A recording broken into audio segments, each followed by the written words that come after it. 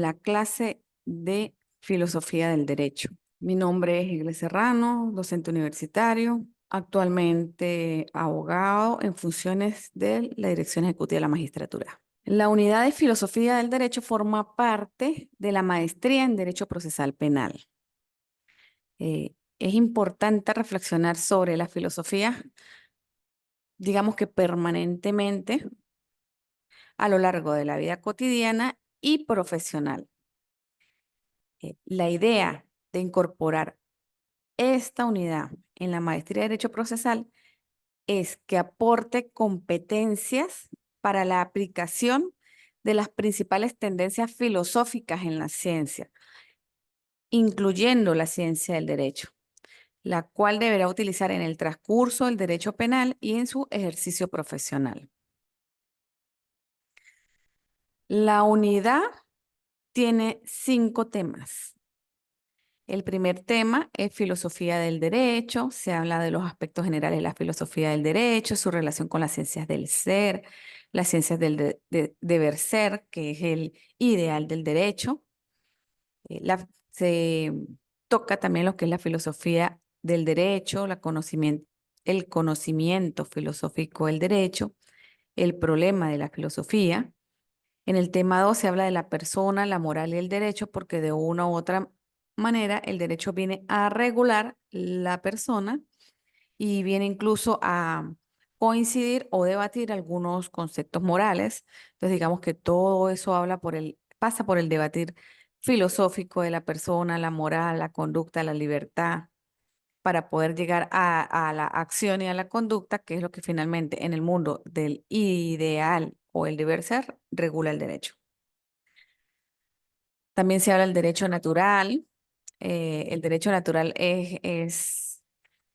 digamos que es ese derecho que se sustenta en el respeto a la dinámica de la naturaleza, que se acoge y se apega a esa dinámica natural. Después el derecho natural pues fue sustentado por el ius naturalismo, lo que se llama en latín, ius naturalismo. Y bueno, por supuesto que tiene conceptos éticos. Entonces, bueno, en la unidad 3 se toca lo que es el derecho natural, en la unidad 4 el derecho natural y la falacia naturalista, y finalmente en la unidad 5 el derecho positivista y el pospositivismo. Son 5 unidades que vamos a ver, pero en bloques de 3 temas, ¿sí? La unidad curricular y los temas de filosofía a veces son un poco densos, entonces lo vamos a hacer de la manera más fácil posible, porque recordemos que también nuestro objetivo es pasar y pasearnos un poco por lo que son las tendencias en la filosofía del siglo XXI. Y si bien es cierto, la filosofía pues es una rama, es un área que estudia el pensamiento, el conocimiento, la sabiduría, eh, pese a que se ha posicionado, digamos, a nivel tradicional en los estudios filosóficos y hay textos y temas muy antiguos que sirven de sustento incluso para la actualidad, también hay nuevas tendencias filosóficas que trabajar, ¿sí? Este tema de filosofía es muy bonito porque también va relacionado con los paradigmas. Los paradigmas son tendencias o como visiones de vida que se vienen incorporando en la sociedad.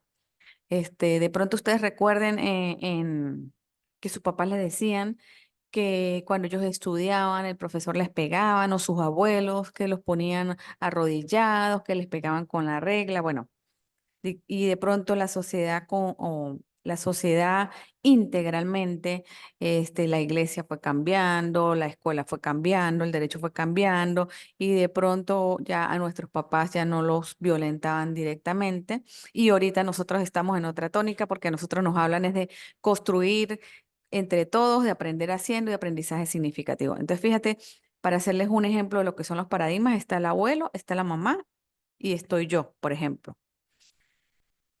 O está mi hija, mi mamá, mi persona y mi hija. Mi mamá vivió en un sistema donde era más positivista, era un paradigma muy positivista, que era un paradigma arraigado de conducta y donde como característica de ese paradigma, el hacer era cómo lograr que el ser humano haga algo de cierta manera. Y por eso se veía en lo escolar la violencia. Después pasábamos a otra conducta que es el constructivismo, otro paradigma, ajá, y ese paradigma positivista creó grandes sustentos filosóficos que son líneas de pensamientos que después se desarrollaron en todos los ámbitos sociales, en la iglesia, en la educación, en el derecho, en todos los ámbitos sociales. Después viene el paradigma constructivista, que es un paradigma ya, bueno, ya va, la verdad no es solo la que dice el profesor, ya el profesor no viene solo a reproducir la información, sino hay que construirla, ya el aprendizaje no es unidireccional, sino bidireccional, porque los estudiantes aportan y entre todos construimos algo nuevo. Y ahorita viene lo que ya es la transición al paradigma crítico, que es ver, pero ya va, ¿sirve o no sirve? O sirve, pero no sirve aquí, aquí no nos sirve, tenemos que inventar algo nuevo y viene como ese proceso de reinnovación desde la criticidad y la transformación. Entonces, resulta que esos mismos paradigmas repercutieron en el derecho. En el derecho, por ejemplo, en un principio, situaciones muy apegadas bueno, la ley del talión, por ejemplo. Ojo por ojo, diente por diente, si tú robas, te quito la mano, muy tajante. eh, Eso fue, ese tipo de concepción filosófica fue creada o fue formada en un espacio netamente positivista. La ley es esta, la ley no se cuestiona y la ley se cumple, ¿sí? Después viene la teoría constructivista y viene a mutarse el derecho y dice, no, pero ya va, el derecho tiene que responder a la sociedad y ya la sociedad es distinto, vamos a adaptarlo. Este, y no, y además están los derechos humanos, y hay que empezar a cambiar el derecho. Viene como otra fase del derecho y ahorita estamos actualmente en un nuevo dinamismo que serían las tendencias contemporáneas filosóficas que inciden en la educación en todos y por supuesto también el derecho, entre las tendencias filosóficas modernas que nos podemos encontrar, que ya el proceso pierde importancia, se le empieza a dar más a importancia a los medios alternativos del derecho, al resarcir el daño, quizás ya no más al castigo, sí, lo más importante es castigarte a ti en derecho penal, no, ya va, bueno, lo importante es el proceso de reflexión para que tú te transformes, pero también ver cómo yo reivindico a la víctima, sí, entonces son como nuevas tendencias y sí se va dando. Entonces, como el tema es tan complejo, lo vamos a trabajar en 3 bloques y las tareas van a ser muy sencillas para que las disfruten, ¿sí? Para no hacer la materia densa. En el bloque 1, esto lo van a tener todo, esta PowerPoint lo van a tener y esta planificación en el aula virtual, ya a partir del lunes van a tener eso disponible. El primer bloque es sobre la filosofía, su historia. Ustedes van a investigar a nivel general lo que es la filosofía, pueden ver un video corto e investigar en internet lo que es la filosofía y la filosofía del derecho. Y allí, pues, el instrumento de evaluación va a ser un análisis de lo que ustedes leyeron, que es la filosofía y la filosofía del derecho. Va a ser algo muy corto en el aula virtual. Se va a indicar que no debe ser más de página y media. El ideal, una página, ¿sí? Esa sería la primera actividad valorativa. En la segunda, vamos a trabajar más conceptos. Se van a unir los conceptos básicos de los temas 2, 3 y 4. ¿Qué es lo que se va a hacer? Van a buscar, ajá, va a haber un material básico también en el aula virtual, pero además de eso van a buscar los conceptos básicos de lo que es persona, qué es moral, qué es el derecho natural, qué es el derecho positivo, ¿sí? Y van a lograr hilar como la historia. Ah, pero vino la persona, vino Dios, resulta que vino Moisés, Moisés puso las tablas de regulación de conducta, ya Dios no pudo modelar la conducta, vino el derecho natural y un naturalismo, no se puede hacer daño al otro, y vamos a ver cómo empezamos a controlar el ser humano, porque ya las creencias de Dios nos podían. Entonces vino el derecho a instaurarse en concordancia con el derecho naturalista. Después vino el derecho positivo, que la característica principal del derecho positivo es tu escritura, ¿sí? Su carácter de norma y compilación en un solo documento. Y bueno, y todo ha sido orientado a la regulación de la conducta del hombre desde varios criterios, de criterios religiosos, desde el criterio de la libertad, desde el criterio del ius naturalismo, que es no hacerle daño a nada de lo que implique la naturaleza. Y después en el derecho positivo se incorporan otros, imagínense, y hasta llegar a los que son delitos electrónicos informáticos ahorita y en las nuevas tendencias filosóficas que vienen, lo que es este el metaverso y bueno, infinitas de cosas que vienen. Entonces hemos visto cómo también el pensamiento, como filosofía, ha sido muy dinámico y sí ha repercutido en el derecho, en todas las áreas sociales, incluso en el derecho.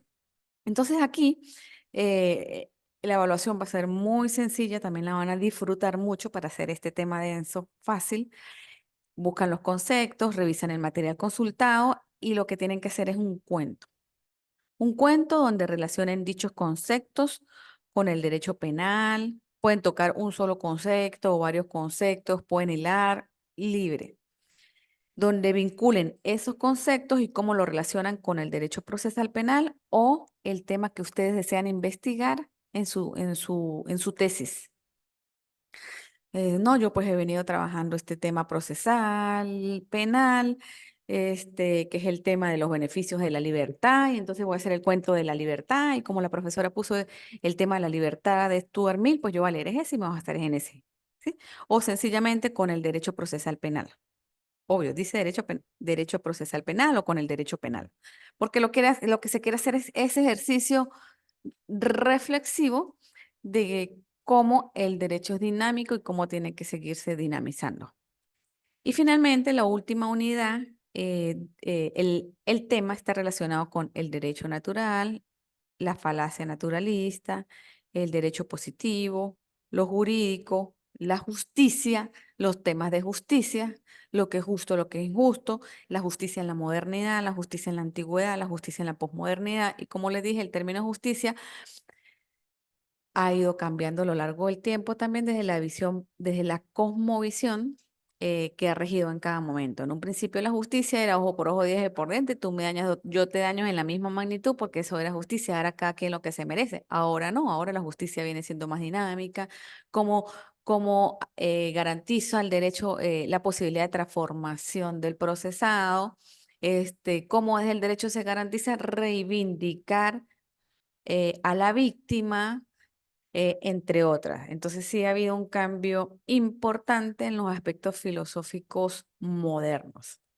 Y la tarea aquí, digamos que es reflexionar sobre lo que es la filosofía de la modernidad y la posmodernidad en cuanto al sistema de justicia. ¿Cómo se va a hacer? Lo vamos a hacer de la siguiente manera. Vamos a presentar el tema de la justicia restaurativa, que está sustentada en lo que es la filosofía de la posmodernidad.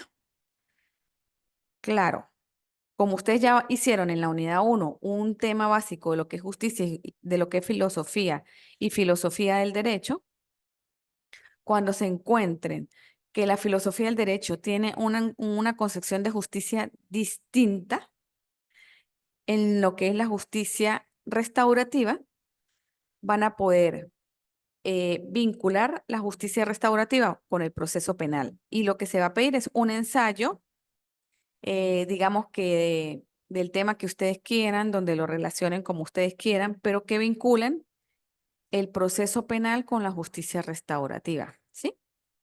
Al final de la grabación, entonces, o ahorita que termine aquí. ¿Por qué? ¿Qué sucede? Ya te doy la palabra. ¿Qué sucede? El proceso penal tiene una visión actual. La legislación penal nuestra, puede ser que la legislación colombiana tenga otra, tenga otra, tenga otra, pero sí hay a nivel internacional, ya como filosofía moderna, que ha tocado lo que es el derecho penal, lo que es la justicia restaurativa, que está centrada en buscar cómo transformo yo al procesado para que no vuelva a coincidir en la misma conducta y cómo reivindico yo el daño, ¿sí? Imagínate, en derecho penal los daños son más a la persona, más a la moral, más a la integridad, más a lo psicológico, cómo lo reivindico y cómo el mismo procesado que en un momento incurrió en esa acción, como el mismo procesado incide en el resarcimiento de manera directa de la persona, ¿no? Entonces es una posición muy interesante que está avalada a nivel internacional por tratados internacionales. Venezuela ya los ha acogido en algunos aspectos. eh, mm, Creo que el proceso penal como tal no toca la justicia restaurativa. A nivel de principios se está hablando, porque sé que hay jueces que ya están tocando la justicia restaurativa. Creo que lo que nosotros tenemos es un acuerdo reparatorio que sí es similar, ¿sí? Pero la justicia restaurativa va más allá del acuerdo reparatorio, porque la visión del acuerdo reparatorio, a veces en la concepción e interpretación que se le da, es solo económico, mientras que aquí se busca es ¿cómo restauro yo la integridad de la persona, su moral, su ética y cumple un papel muy importante en la sociedad y cómo juega la sociedad? Entonces, esto es filosofía de la posmodernidad incursionando en el derecho, cómo está a nivel internacional y cómo la puedo yo relacionar con el proceso penal o con el tema que ustedes quieran. Bien, ahora sí, vamos a abrir un ciclo de preguntas. Ayer, por lo que justicia, perdón, libertad, pues, o sea, esa justicia se relaciona con que hay que saber de verdad qué fue lo que ocurrió, pero no busca, o sea, sí hay que castigar a quien haya cometido el delito, pero lo que busca es que la persona que es la víctima en este caso, pues perdone también y supere ese duelo. Así es, esa es una práctica como justicia la Y. La ley, justicia, encuentro y perdón. Justicia, reencuentro y perdón. Ajá. Bien, aquí uno de los presentes está planteando un acercamiento teórico con un proyecto similar que llevan en Colombia. En efecto, Colombia tiene más programas relacionados con lo que es la justicia restaurativa. En este caso, en Colombia, desde la experiencia que tú conociste, se llamaba La ley, la Y. sí, o sea, JNE, justicia, encuentro y perdón. La JEP, Justicia, Encuentro y Perdón, la YEP, ajá, Justicia, Encuentro y Perdón. En efecto, ese es un proyecto desarrollado desde la base teórica de justicia restaurativa. Y eso es filosofía de la posmodernidad aplicado al derecho. Quizás estos temas son bonitos y son apasionantes, quizás a nivel comparativo, pues sí, algunas legislaciones están un poco más avanzadas, algunas experiencias sociales están más avanzadas, porque también plantean lo que es la responsabilidad social en esta función, en ese tipo de función de resarcir el daño, ¿no? O cómo participa para ayudar a ambas partes, incluso para evitar una exclusión del procesado en ese aspecto y que sea realmente fácil su proceso de volver a incorporarse socialmente y que realmente opere una transformación que garantice que no vuelva a reincidir en esa conducta delictiva, que es lo más importante. Y obvio que allí viene lo que es la crítica de los sistemas de justicias tradicionales, la crítica de los sistemas de algunos sistemas de justicia penales, o finalmente se empiezan a poner en la mesa desde el paradigma crítico lo que es la nueva filosofía contemporánea que va a sustentar los futuros cambios legislativos del país y del mundo en torno a todo el tema humano, porque el derecho penal está centrado es hacia el ser humano. Es muy apasionante, ¿verdad? Y lo vamos a hacer de la manera más fácil para que no sea denso, porque sí, porque es muy denso. Los trabajos van a ser cortos, el escrito no debe pasar de un folio, o folio y medio, dos, el cuento no debe pasar de dos, tres folios, el ensayo no debe pasar de dos, tres folios. Pero se van a deleitar y van a hacer ese ejercicio de saber que el derecho se transforma, el derecho debe ser dinámico, debe responder a realidades sociales, de entender lo que es la criticidad del derecho y que el derecho finalmente debe adaptarse para, en beneficio de la sociedad, a la transformación humana. Bien, y para cerrar vamos a hablar un poquito de lo que es la filosofía como concepto. La filosofía es filos. Bueno, la definición más común es amor a la sabiduría. Y viene del griego filos y sofía, que significa amigo, amante o deseo de la sabiduría, del conocimiento. Y desde ese amor al conocimiento se recrea constantemente porque una de las características del conocimiento que es hermosa es que el conocimiento no es estático, sino es dinámico. Va cambiando de acuerdo a la dinámica social, a la realidad social, al contexto, y el conocimiento es infinito. Y en aras de ese conocimiento, se reajustan y rehacen constantemente los conceptos. Y en el derecho humano, ¿cómo sería? Sería el amor a la sabiduría del derecho, tanto divino o humano, dependiendo de la posición que se tome, porque hay teóricos que plantean un derecho divino, un derecho humano, unos hablan de justicia divina, otros de justicia humana. Bien. En sintetización, podemos decir que la filosofía del derecho es un conjunto sistemático de conocimientos cuya producción es ordenada, coherente y necesaria. La filosofía del derecho no es estática, es dinámica también, está sujeto a la reconstrucción constante. Hay otra definición que establece que la filosofía del derecho es una rama de la filosofía no circunscrita a una de las parcelas de las ciencias jurídicas, es decir, es una rama de la filosofía que no es solo del derecho, sino que aborda muchos otros aspectos y persigue una aproximación integral del fenómeno jurídico y por ende de la persona, que es un conocimiento donde se involucra mucho la criticidad y la capacidad de cuestionar el derecho que tenemos, eh, si ya no se ajusta a la realidad, y es desde ese amor a la filosofía proyectar las transformaciones legislativas. Entonces, de verdad que es muy, muy apasionante. Vamos a cerrar por aquí, ahí con unas frases. Dice, dictar leyes orientadas a la felicidad se hace más bien para conservar y asegurar el estado del derecho y procurar la existencia de la comunidad. Esto nos lleva también a pensar que el fin último del derecho es, ahí sí como decían, el ser humano, y el ser humano es un ser social. Por tanto, el derecho tiene que eh, regular las relaciones del ser humano en sociedad. Hay otra por acá de Spinoza que dice, el derecho de interpretar las leyes y de comunicar las respuestas de Dios estaba en poder de uno, mientras que el derecho y el poder de gobernar el Estado estaba en las leyes ya explicadas. Bueno, esto es parte de lo que es el derecho naturalista, el positivista, como en esa época se pasó del religioso al naturalista y después al positivista, ¿sí? Ha ido evolucionando. Pero lo más interesante de esto es que sí, en un principio, digamos que como medio de control social se estableció la religión. Después quizás no se vio que Dios bajara a castigar a nadie y la gente dejó de hacer caso y empezó el derecho ius naturalista.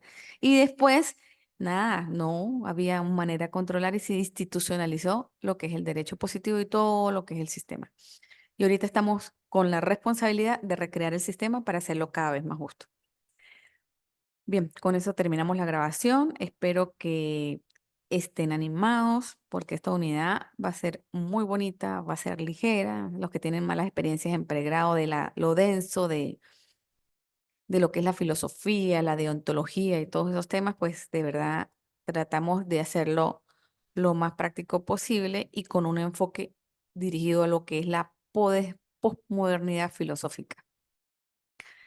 Es la segunda vez que doy esta unidad y varió bastante la planificación. De verdad que me siento contenta porque, bueno, la idea es hacerla cada vez más ligera y entender la idea y responsabilidad que tenemos con la transformación de los sistemas. Bien, muchas gracias. Con esto vamos por terminado. Cualquier cosa, a partir del lunes va a estar el aula virtual disponible. Por allí, por el aula virtual podemos tener comunicación, y estamos atentos a cualquier duda. Nos veremos en la próxima clase. Feliz día.